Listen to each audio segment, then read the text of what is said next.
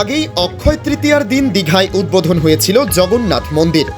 গ্রাম অঞ্চলের সাধারণ মানুষ সেই মন্দির দর্শন করতে পারে, সে কথা চিন্তা করে রাজ্যের পরিবহন দপ্তর চালু করল একজোড়া সরকারি বাস। দক্ষিণবঙ্গ রাষ্ট্রীয় পরিবহন সংস্থা সিউড়ি দীঘা বাস পরিষেবা চালু করল। পাশাপাশি দীর্ঘদিন ধরে বন্ধ থাকা রাজনগর কলকাতা বাসও চালু হলো। আজ জেলার দুটি রুটে দুজোড়া বাস চালু হলো। জেলার সদর শহর সিউড়ি থেকে দীঘা পর্যন্ত বাস চালু হলো। উদ্বোধন করলেন বিধায়ক বিকাশ রায়চৌধুরী। মূলত জগন্নাথ দর্শনের জন্যই এই বাস চালু হলো। প্রতিদিন সকাল 6:30টায় সিউড়ি থেকে দীঘার উদ্দেশ্যে বাসটি রওনা দেবে। অন্যদিকে দীঘা থেকে সিউড়ির উদ্দেশ্যে বাস রওনা দেবে সকাল 9:30টায়। সিউড়ি দীঘা রুটের এই বাসের ভাড়া ধার্য করা হয়েছে মাথাপিছু 299 টাকা। ফলে গ্রামাঞ্চলের সাধারণ মানুষদের দীঘার জগন্নাথ মন্দিরের দর্শন আর স্বপ্ন থাকলো না, পরিণত হলো বাস্তবে। পাশাপাশি একই দিনেই চালু হলো রাজনগর কলকাতা রুটের বাস। দীর্ঘ বছর খানেক আগে থেকে এই রুটের বাসটি বন্ধ হয়ে যায়, ফের এই রুটের বাস চালু হলো। আমাদের সিউড়িবাসী, সিউড়ি বিধানসভা, বীরভূমের মানুষের কাছে বড়দিন।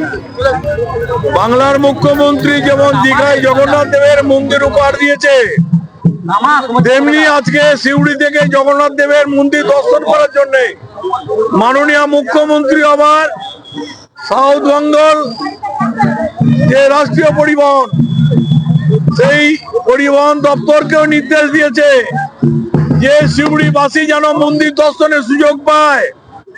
এবং আজকে তাই আমাদের এই যে সভাপতি দক্ষিণবঙ্গ রাষ্ট্রীয় পরিবহনের সুভাষ মন্ডলও ছুটে এসেছে তার বাস নিয়ে, যে সিউড়িবাসী, সিউড়ি বীরভূমের বাসী যেন এই জগন্নাথ দেবের মন্দির দর্শন করার সেই সুযোগটা মমতা ব্যানার্জির নির্দেশ সে যথাযথ পালন করেছে। এবং আমরা খুশি, আমরা সবাই যেতে পারবো দীঘায়, সেখানে গিয়ে মন্দির দর্শন করতে পারবো। এবং এই বাসটা চলবে সকাল 6:30টায় ছাড়বে, আবার ওখান থেকে ছেড়ে আসবে 12:30-1টা। Bureau report, জজবাত 24 Bangla.